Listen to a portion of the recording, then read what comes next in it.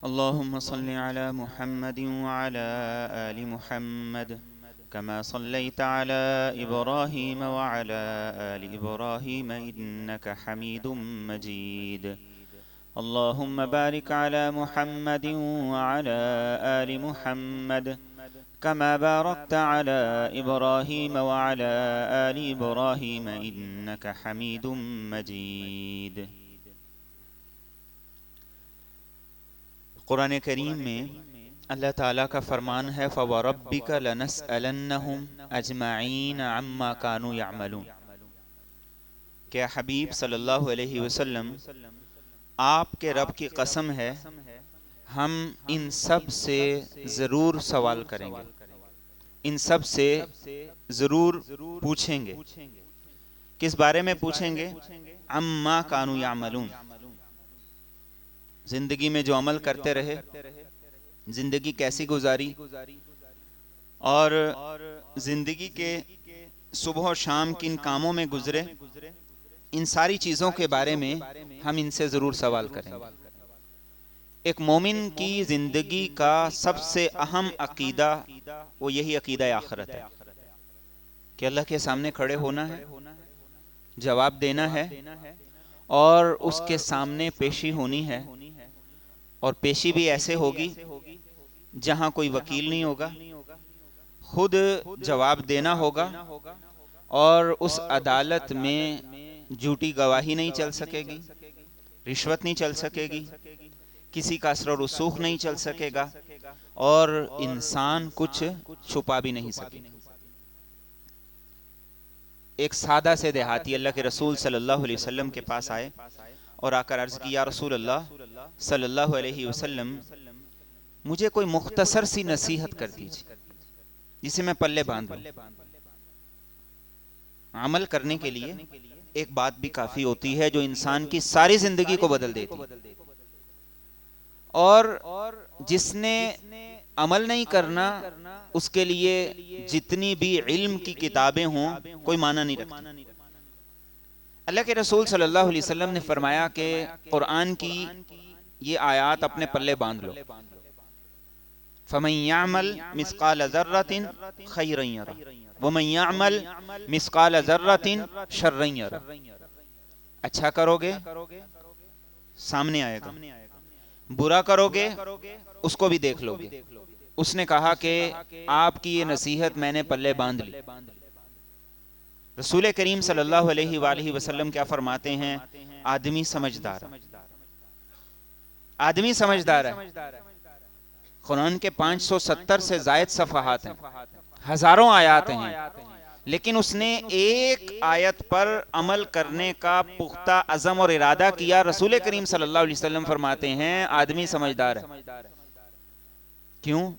मिस्काल ज़र्रा, एक जर्रे के बराबर भी खैर, भलाई, नेकी, अच्छाई या बुराई, जुर्म, गुनाह, बदी, ये सारी की सारी चीजें यराहू, इंसान देखेगा। सहाबा का ईमान बड़ा पुख्ता होता था। सहाबा ने कभी ये सवाल नहीं किया कि हमने बात कर दी, वो तो हवा में चलेगी, अब कहां से नजर आएगी। काम किया, खत्म हो गया, अब कहां से नजर आएगा। आज तो नजर आ रहा है ना इंसान का किया हुआ सीसीटीवी से। आज तो इंसान का बोला हुआ सुना जा रहा है, और सिर्फ आज की डेट का नहीं, पुरानी डेटों का भी। आज तो इंसान के जिस्म के अंदर होने वाली तब्दीलियां वो पिछली डेटों में भी निकल रही हैं। 3-3 माह के पुराने टेस्ट निकल रहे हैं। फमन यअमल मिस्काल ज़र्रतिन खैरन यरह वमन यअमल मिस्काल ज़र्रतिन शर्रन यरह। फरमाया एक बात पल्ले बांध लो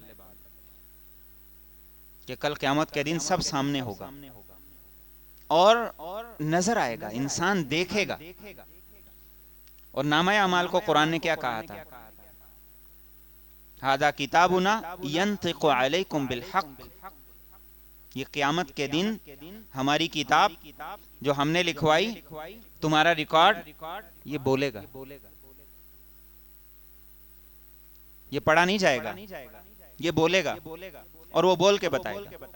तो अकीदा आखिरत में अल्लाह के सामने पेशी, अल्लाह की बारगाह में हुजूरी, ये हमारे अकीदे की एक अहम असास और बुनियाद है। लेकिन रसूल करीम सल्लल्लाहु अलैहि वसल्लम इस आखिरत की पेशी और हुजूरी से पहले की एक बात करते हैं। आप फरमाते हैं ला तज़ूलु क़दमा अब्दिन हत्ता युसअल अन अर्बा, कि लॉन्ग क्वेश्चन भी होंगे, सारी जिंदगी का हिसाब भी लिया जाएगा, सारी जिंदगी का खाता, सारी जिंदगी की फाइल, सब कुछ सवाल भी किया जाएगा, पूछा भी जाएगा। लेकिन फरमाया कि किसी भी इंसान के कदम क़यामत के दिन अपनी जगह से नहीं हट सकेंगे जब तक के 4 शॉर्ट क्वेश्चन का जवाब न दे दे। हर एक से पहले वो पूछे जाएंगे कि पहले ये 4 शॉर्ट क्वेश्चन है, इनका जवाब दो, उसके बाद तुम्हारा अगला प्रोसेस शुरू होगा। और ये हर एक को देने पड़ेंगे। आप सल्लल्लाहु अलैहि वसल्लम ने इरशाद फरमाया कि उनमें से सबसे पहला सवाल ये होगा अन उमूरिही फीमा अफनाहु, जिंदगी थी 60 साल की, 70 साल की, 40 साल की, 30 साल की, किस मकसद के लिए खपा दी? मकसद हयात क्या था? जिंदगी का मकसद क्या था? क्यों जी रहे थे? आज इस सवाल का जवाब हमारे लिए तलाश करना बड़ा आसान है। हम अपने आप से अगर पूछें कि अगर यहीं बैठे बैठे मौत आ जाए तो तैयार हैं, तो जवाब होगा कि नहीं तैयार। अब अगला सवाल यह है तैयार क्यों नहीं है? अब हर आदमी की अपनी अपनी रीजंस हैं, अपने अपने जवाब हैं। किसी का जवाब ये होगा मेरे बच्चे छोटे छोटे, किसी का जवाब ये होगा कि मैं तो अभी स्टूडेंट हूं, किसी का जवाब ये होगा कि मैंने अभी घर बनाना है वो नहीं बना, किसी का जवाब ये होगा कि मेरे कुछ ख्वाब हैं जो अधूरे हैं अभी पूरे नहीं हुए, और किसी का कुछ जवाब होगा, किसी का कुछ जवाब होगा। हर एक जिंदगी चाहता है, लेकिन उस जिंदगी को चाहने की वजह क्या है, वही उसका मकसद हयात। रसूल करीम सल्लल्लाहु अलैहि वसल्लम फरमाते हैं पहला शॉर्ट क्वेश्चन क़यामत के दिन ये होगा कि जिंदगी किस काम में खपाई थी, जिंदगी का मकसद क्या था। कुल इन्ना सलाती व नुसुकी व महयाया व ममाती लिल्लाहि रब्बिल आलमीन। फरमाया हबीब सल्लल्लाहु अलैहि वसल्लम आप ये ऐलान फरमा दीजिए मेरी नमाज, मेरी कुर्बानी, मेरा जीना, मेरा मरना सब अल्लाह के लिए, ये है मकसद हयात। उसको सामने रख के फिर इंसान की सारी हैसियतें काम करती हैं। हम सबसे पहले मुसलमान हैं, उसके बाद हम बाप भी हैं, माँ भी हैं, भाई भी हैं, बहन भी हैं, इंजीनियर भी हैं, डॉक्टर भी हैं, स्टूडेंट भी हैं, सारे बाद में हैं, सबसे पहले हम मुसलमान। और इस्लाम और मुसलमानी यही हमारा मकसद हयात। हसन बसरी रहिमहुल्लाह ताला बड़ी खूबसूरत बात इरशाद फरमाई, फरमाया यब्ना आदम इन्नमा अंत अय्यामुन मजमुआ। फरमाया इंसान तुम तो जिंदगी के चंद दिनों का नाम हो। एक दिन गुजर गया, दीवारे हयात से एक ईंट टूट गई और हर दिन वो टूटती चली जा रही है, हर दिन वो गिरती चली जा रही है। ये दिन की सूरत में हो, हफ्ते की सूरत में हो, महीनों की सूरत में हो, जिस सूरत के अंदर भी हो वो गिरती चली जा रही। इसीलिए कुरान करीम ने ये कहा कि व अनफिकू मिम्मा रज़क़नाकुम मिन क़ब्लि अन यअतिया अहदकुमुल मौत। मौत आने से पहले, मोहलत खत्म होने से पहले पहले कुछ कर गुजरो, खर्च करो। फ़यक़ूल रब्बी लौला अख़रतनी इला अजलिन क़रीब, कि फिर तुम ये ना कहो कि थोड़ी सी मोहलत मिल जाती, चंद लम्हे और मिल जाते, चंद दिन जिंदगी के और मिल जाते। फरमाया ऐसा नहीं होगा। फलन युअख़्खिरुल्लाहु नफ़्सन इज़ा जाअ अजलुहा। सुल्तान मोहम्मद फातेह बड़े सलातीन में से, बादशाहों में से गुजरे। मरज़ुल वफ़ात जिंदगी के आखिरी अयाम, तो कहने लगा कि मेरे पास जितने भी गुलाम हैं, जितने भी नौकर चाकर हैं, जितनी सवारियां हैं और जितना पैसा है, कल सुबह उस सारे को मेरे सामने लाया जाए। अगले दिन सुबह सुबह सारी की सारी चीजें उसके सामने पेश कर दी गई। सबको देखा और ऊंची ऊंची आवाज से रोने लगा और कहने लगा कि अल्लाह की कसम, मलकुल मौत आए और मैं उसे ये कहूं कि मेरी बादशाहत समेत ये सब कुछ ले लो और एक लम्हा मुझे जिंदगी का मजीद दे दो, तो वो कहेगा ऐसा नहीं हो सकता। तो कहा कि जिंदगी कैसे फजूल कामों में गुजारती। आज हम अपनी जिंदगी को देखें कि यही जिंदगी जब किसी ट्रैफिक के इशारे पे आके रुकती है तो हमें लगता है कि चंद सेकंड भी मुश्किल से गुजर रहे हैं, और यही जब हम लिहाफ लेके, मोबाइल लेके लेटते हैं तो 4 घंटे भी 5 घंटे भी गुजरते हैं और हमें एहसास ही नहीं कि कहां चंद सेकंड नहीं गुजर रहे थे और ये कई कई घंटे किस काम में लगा कि सारी जिंदगी का जमा किया हुआ सब कुछ दे के इंसान जिंदगी के चंद लम्हे नहीं हासिल कर सकता। लेकिन आज अपनी जिंदगी के मामले में इस कदर गाफिल है, उसे परवाह ही कोई। जा रही है तो बस जा रही है। फुज़ैल बिन अयाज ने एक आदमी से पूछा कितनी उम्र है, उसने कहा 60 साल। तो फुज़ैल बिन अयाज ने कहा इन्ना लिल्लाहि व इन्ना इलैहि राजिऊन। उसने कहा इसका क्या मतलब है? फुज़ैल बिन अयाज ने कहा इसका मतलब यह है हम अल्लाह के बंदे हैं और अल्लाह की तरफ हमारा सफर जारी है। कोई फोत होता है, हम मिलते हैं, कहते हैं ना, ये फोत होने वाले के लिए नहीं था, ये जिंदा लोगों की आपस की याद दहानी है कि हम भी अल्लाह ही के बंदे हैं, हमारा सफर भी जारी है, हमारा स्टॉप भी आने वाला है। अगली बात इरशाद फरमाई फुज़ैल बिन अयाज ने, जिस आदमी को इस बात का यकीन हो जाएगा कि मेरा सफर अल्लाह की तरफ जारी है, फिर उसे यह भी मानना पड़ेगा कि आखिरी स्टॉप अल्लाह के सामने हुजूरी और पेशी है। और जो ये यकीन कर लेगा कि मेरा आखिरी स्टॉप अल्लाह के सामने हुजूरी और पेशी है, फिर उसे इस बात का भी यकीन होना चाहिए कि उससे तफ्शीश की जाएगी, उससे सवाल किया जाएगा। और जिसे इस बात का यकीन है कि मुझसे सवाल किया जाएगा, तो फिर उसे सवालों का जवाब भी तलाशना चाहिए, फिर उसे सवालों के जवाब की भी फिक्र करनी चाहिए। तो उस आदमी ने कहा कि मसला तो बड़ा सीरियस है, हसास है, तो क्या किया जाए? फुज़ैल बिन अयाज ने कहा बड़ा आसान है।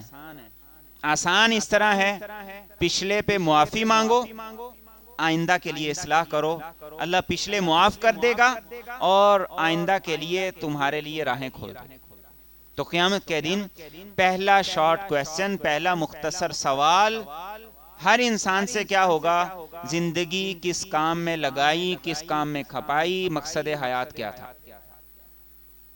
दूसरा सवाल वो क़यामत के दिन इंसान से ही किया जाएगा, अन इल्मिही माज़ा अमिल बिही, ये बताओ तुम्हारे पास इल्म जो था उस पर कितना अमल की। ये नहीं पूछा जाएगा कि तुम्हारे पास इल्म कितना था। रसूल करीम सल्लल्लाहु अलैहि वसल्लम ने सच्ची बात इरशाद फरमाई। आपने सहाबा से एक दफा खिताब करते हुए इरशाद फरमाया कि मेरे सहाबा, तुम जिस दौर के अंदर हो, इस दौर में बातें करने वाले कम हैं, अमल करने वाले ज्यादा हैं। एक दौर ऐसा आएगा जब अमल करने वाले कम हो जाएंगे, बातें करने वाले ज्यादा हो जाएंगे। आज ये बात हकीकत बन के हमारे सामने है, हकीकत बन के हमारे सामने।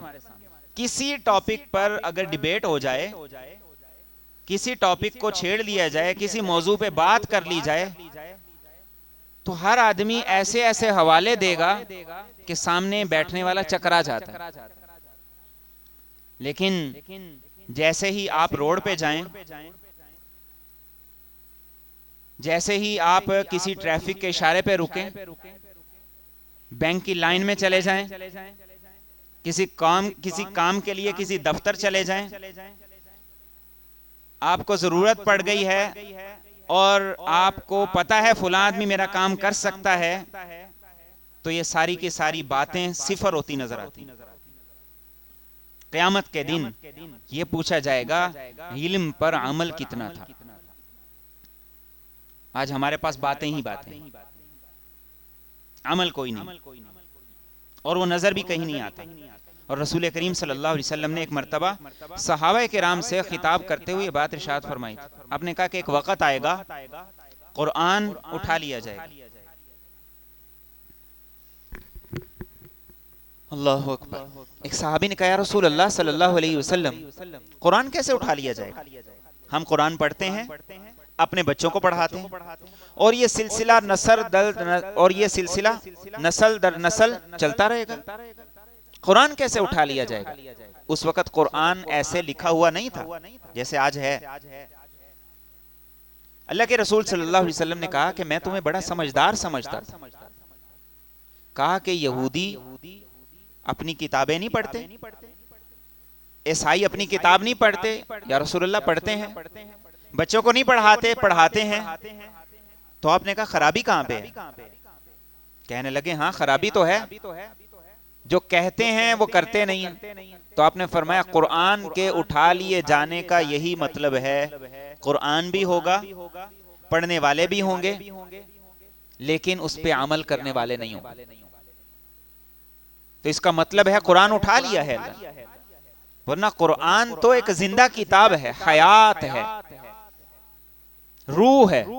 वकज़ालिका औहैना इलैका रूहम मिन अमरिना, ये रूह है। रूह हो किसी में नजर ना आए, कैसा हो सकता है?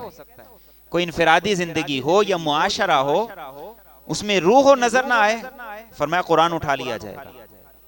और आज तो हम उससे भी तनज़्ज़ुली के अंदर हैं कि हम में से बहुत से लोग ऐसे होंगे जिन्हें शायद साल गुजर गया, उन्होंने कुरान को हाथ नहीं लगाया। कल परसों फजर की नमाज में मैं अपने सुबह के दरस में नमाजियों को मैंने एक चैलेंज दिया। मैंने कहा कि आप जब किसी भी नमाज के लिए आते हैं तो जरा कुरान को हाथ लगा लें, लगता है कि नहीं लगता, और लगा के देखे कुछ होता तो नहीं है। आज हकीकत है, हमें लगता है कि कुरान को हाथ लगा लिया तो कहीं कुछ हो ना जाए। कुरान को उठा लिया जाना यही है कि आज हम उससे भी निचले दर्जे में हैं कि हम ना पढ़ रहे हैं ना अपनी औलाद को पढ़ा रहे हैं। जिनके बच्चे 12 साल के हो गए हैं और उन्होंने अभी तक एक दफा नाजरा कुरान नहीं पढ़ा है, और बहुत से हैं, तो आप क्या तवक्को रखते हैं कि ये कब कुरान पढ़ेंगे? इल्म पर अमल क्या किया क़यामत के दिन, ये दूसरा शॉर्ट क्वेश्चन होगा। इसलिए अबू दरदा रज़ी अल्लाह तआला अन्हु फरमाया करते थे, मुझे इस सवाल से सबसे ज्यादा डर लगता है, कल क़यामत के दिन पूछा जाए कि पता था फिर भी करते रहे, तो मैं कहूंगा नहीं पता था, तो अल्लाह मेरा झूठ सामने ले आएंगे। और अगर मैं कहूंगा पता था, तो फिर कहा जाएगा अमल क्यों नहीं किया। आज हर चीज का हमें इल्म है, बस अमल नहीं। रसूल करीम सल्लल्लाहु अलैहि वसल्लम जब अल्लाह से दुआएं करते थे, उनमें से एक दुआ ये होती थी कि मेरे अल्लाह, ऐसे इल्म से मैं आपकी पनाह चाहता हूं जो फायदा ना दे। इल्म की एक शान है, इल्म सही हो तो अमल को लेके आता है। और कैसी खूबसूरत बात रसूल करीम सल्लल्लाहु अलैहि वसल्लम ने इरशाद फरमाया, जो तलब इल्म में लगता है, इल्म की तलाश और जुस्तजू में लगता है, समंदर की मछलियां उसके लिए दुआएं करती हैं। आज हम देखें, हम कुरान के इल्म को सीखने के लिए यौमिया या हफ्तावार या महीनावार हम क्या वक़्त देते हैं, और फिर जो हमें पता है, जो हमें इल्म है, उस पर हमारा अमल क्या है। और तीसरा शॉर्ट क्वेश्चन जो क़यामत के दिन इंसान से किया जाएगा वो ये होगा, पैसा कमाया कैसे और खर्च कहां पे किया। हमें से बहुत से लोग हैं जो इस बात का पूरे वसूख के साथ, ईमानदारी के साथ दावा करते हैं, और उनका दावा बिल्कुल ठीक है कि हमने कभी हराम अपनी औलाद को नहीं खिलाया। अल्लाह का फजल है, मुआशरे में ऐसे लोग हैं अब भी। लेकिन इस सवाल का जो दूसरा पोर्शन है ना, उसमें बड़े बड़े नेक लोग फंस जाते हैं। कमाया तो हलाल तरीके से है, ये तो आधा काम हुआ ना। मसारिफ क्या थे, खर्च कहां कहां पर किया है, ये भी तो बताओ ना, ये भी तो जवाब दो ना। आज शादियों का सीजन है। एक बाप की जिंदगी में जो पैसा खर्च होता है वो दो चीजों पे खर्च होता है, एक घर बनाने पे और दूसरा औलाद की शादियों। और इन शादियों पे जिस तरीके से हम पैसा लगा रहे हैं, जिस तरीके से हम इन रस्म और रिवाज और खुराफात को मुआशरे में फरोग दे रहे हैं, हम में से कोई आदमी अपने दिल पे हाथ रख के ये नहीं कह सकता ये ठीक है। और दूसरी तरफ मुआशरे के हालात क्या हैं? लोग फाकों की वजह से खुदकुशी कर रहे हैं, लोगों के पास जरूरियात जिंदगी पूरी नहीं है। और एक बात याद रखिए, इंसान अपना सारा पैसा, सारा माल राह खुदा में खर्च कर दे, क़यामत के दिन कोई सवाल नहीं होगा कि उसने इसराफ किया है, फजूल खर्ची की है, बेजा लगा दिया है। लेकिन 1 रुपया भी अगर अल्लाह की नाफरमानी में लगाता है, क़यामत के दिन जवाब देना होगा। 1 रुपया भी। आज इस दूसरे हिस्से पर हमें गौर करने की जरूरत है। हमारी तरजीहात क्या हैं, पैसा किन चीजों पे लग रहा है। आज जरूरियात से ज्यादा हमारा पैसा दिखलावे पे, रियाकारी पे लग रहा है। मुंह मुलाहजे के लिए हम शादियों में लिफाफे चला देते हैं, लेकिन हमारा पड़ोसी वाकयातन जरूरतमंद है, उसके घर में आटा नहीं है, उसके घर में 2 वक्त का खाना नहीं है, और उसके पास मेडिसिन के पैसे नहीं है, हम नहीं लगाते, हम नहीं देते। आज सिनेमा की टिकट पे 1000-1500 लगा देते हैं, लेकिन किसी जरूरतमंद को, और जरूरतमंद भी चाहे हमारा ड्राइवर है या हमारी फैक्ट्री का मुलाजिम है, हम उससे 500-1000 के पीछे झगड़ते हैं। तीसरा शॉर्ट क्वेश्चन ये होगा, पैसा कमाया कहां से था, लगाया कहां पे है। आज ये जो लगाने वाली बात है, इस पे हम सबको संजीदगी से गौर फिक्र करने की जरूरत है कि हम अपनी जरूरियात में और उसके साथ साथ फजूल खर्ची, इन दोनों चीजों के अंदर फर्क करें। दीन अपनी जात पे लगाने से मना नहीं करता है। दीन कहता है अपने आप पे लगाओ, दीन कहता है अपने आप पे खर्च करो, लेकिन हम ये अपने आप पे तो नहीं खर्च कर रहे, ये हम अपने आप पे तो नहीं लगा रहे। जिंदगी का कमाया हुआ या घर पे लगा दिया या बच्चों की शादी पे लगा दिया। तो ये सवाल क़यामत के दिन होगा। और अगला सवाल जो क़यामत के दिन होगा कि तुम्हें हमने सलाहियत अता की थी, देखने की सलाहियत है, सोचने समझने की सलाहियत है, समझने बूझने के लिए अकल है, सेहत है, तंदुरुस्ती है, ये तवानाइयां हैं, ये किस काम में लगाई हैं? इसका जवाब, इंसान को अल्लाह ने ये सलाहियतें अता की हैं और बगैर किसी कीमत के अता की। इनको बचाने के लिए, इनके तहफ़्फ़ुज़ के लिए इंसान बसा औक़ात जिंदगी के जमा पूंजी भी लगा देता है, तब भी इंसान को वो सेहत और वो सलाहियतें हासिल नहीं होती। क़यामत के दिन ये पूछा जाएगा कि अपनी सलाहियतें किस काम में लगाई हैं। जुबान बोलने के लिए, आंखें देखने के लिए हैं। ये सारी सलाहियतें किस काम में लगा दी? ये चौथा शॉर्ट क्वेश्चन होगा जो इंसान की सलाहियतों के बारे में क़यामत के दिन किया जाएगा। आज हम अपने आप से पूछें कि हमारी ये सलाहियतें दुनियादारी के लिए लग रही हैं, तो क्या उसमें कोई दीनदारी का भी हिस्सा है? रसूल करीम सल्लल्लाहु अलैहि वसल्लम ने हमेशा दुनिया और आखिरत दोनों की तरफ हमें मुतवज्जे किया है और दोनों के इस्लाह की और दोनों की बेहतरी की हमें तालीम दी है। खूबसूरत दुआ है, उसका एक टुकड़ा ये है, अल्लाहुम्मा अस्लिह ली दीनी अल्लज़ी हुवा इस्वतु अमरी। ए अल्लाह, मेरे दीन की इस्लाह कर दीजिए जो मेरे सारे के सारे मामलात जिंदगी में बड़ी अहमियत रखता है। व अस्लिह ली दुनिया अल्लती फीहा माआशी। ए अल्लाह, मेरी दुनिया को भी बेहतर कर दे जिसमें मैंने रहना है, जिसमें मैंने अपनी जिंदगी के अय्याम गुजारने हैं। दोनों चीजें ये ठीक होनी चाहिए, लेकिन सारी की सारी सलाहियतें, तवानाइयां इस दुनिया में खप जाएं लेकिन उसमें दीन का कोई हिस्सा ना हो, तो इसका जवाब भी हमें क़यामत के दिन अल्लाह की बारगाह में देना है। और एक बहुत खूबसूरत असर है, बहुत खूबसूरत असर है।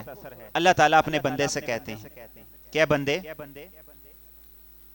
तेरी तवानाइयां मान पड़ गई, तेरी नजर कमजोर हो गई, तेरी हड्डियां कमजोर हो गई, कमर झुकने लगी, सलाहियतें जवाब देने लगी। मैं तुझसे हया करता हूं, तू भी तो कुछ शर्म कर ले। मैं तुझसे हया करता हूं, तू भी तो कुछ शर्म कर ले। आज हर चीज का टेस्ट नहीं होता, हर चीज का टेस्ट होता है। तो हम भी तो देखें हमारी ये सलाहियतें किन कामों पे लगती चली जा रही हैं और हमें एहसास नहीं, हमें अंदाजा नहीं कि हम इन सलाहियतों को किन चीजों में खपा रहे हैं। आज दुनिया के सामने इस्लाम का तारुफ पेश करना किसकी जिम्मेदारी? एक मुसलमान की जिम्मेदारी।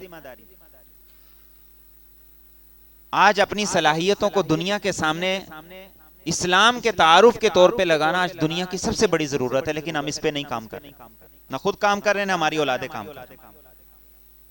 और वो लोग अपने झूठे खुदाओं के लिए, अपने झूठे मजहबों के लिए पूरी की पूरी जिंदगियां वक्फ करके आज भी बैठे हुए हैं, आज भी बैठे हुए हैं और पूरी दुनिया में काम कर रहे हैं। तो हमें बतौर मुसलमान के ये 4 सवाल हमें बतौर मुसलमान के अपनी तैयारी करनी है। तो रसूल करीम सल्लल्लाहु अलैहि वसल्लम ने फरमाया, क़यामत के दिन इंसान के कदम 4 सवालों के मुख्तसर जवाब देने से पहले अपनी जगह से नहीं हिल सकेंगे। पहला सवाल ये, मकसद हयात क्या था, जिंदगी का मकसद क्या था। दूसरा सवाल ये, इल्म पर कितना अमल किया। तीसरा सवाल ये, पैसा कमाया कहां से, लगाया कहां पे। और चौथा सवाल ये कि अपनी सलाहियतों को किन कामों में लगा के इन्हें खत्म किया है। आज एक साल चला गया, नया साल आ गया, लेकिन जब हम गुज़िश्ता साल का एहतसाब कर लेते हैं, हिसाब किताब कर लेते हैं, क्लोजिंग कर लेते हैं, हर चीज का हमें पता चल जाता है इस साल ये कमाया, ये फायदा हुआ, ये नुकसान हुआ। और आइंदा साल का अज़म ये है, इरादा ये है, टारगेट ये है। ये सारी चीजें स्कूल में, कॉलेजेस में, यूनिवर्सिटीज में, घरों में, हर लेवल पे डिस्कस होती हैं, लेकिन उनमें ये चीज क्यों डिस्कस नहीं होती कि मेरी जिंदगी में ये 4 खामियां हैं, अपने रब के हवाले से, अपने घर वालों के हवाले से, मेरे अंदर ये बुरी आदतें हैं, इस साल क्यों ना मैं उनको भी ठीक कर लूं, इस साल क्यों ना मैं उनकी भी इस्लाह कर लूं। आखिर ये चीज हमारे मकसद में आती क्यों नहीं है? क्या हम मुसलमान नहीं? क्या हम रब को जवाब दे नहीं? क्या हमसे इन चीजों के बारे में पूछा नहीं जाएगा? क्या हम इन सारी चीजों के मामले में आजाद हैं? हर चीज की एक्सपायरी है, तो क्या हमारी बुरी आदतों की कोई एक्सपायरी नहीं? आखिर ये कब छोड़नी, इनकी कब इस्लाह करनी है? रब के मामले में, अपनी औलाद के मामले में, अपने घर वालों के मामले में, अपने कारोबार के हवाले से कब इनकी इस्लाह करनी। तो ये साल शुरू हो रहा है जहां दुनिया के लिए हम टारगेट्स मुकर्रर कर रहे हैं, दुनिया के अहदाफ मुकर्रर कर रहे हैं, कोई दीन का भी कर लें, कोई अपने रब के लिए भी कर लें, कोई मुसलमान होने के नाते भी सोचें कि हमें इन चीजों के बारे में सोचना है और इन चीजों के बारे में अपने अमल की इस्लाह करने है। और खुसूसन ये जो 4 सवाल जो रसूल करीम सल्लल्लाहु अलैहि वसल्लम ने फरमाया, इनके मुख्तसर जवाब क़यामत के दिन देने पड़ेंगे। हम में से हर आदमी की जिम्मेदारी है उस बारे में सोचे और अपनी इस्लाह करे।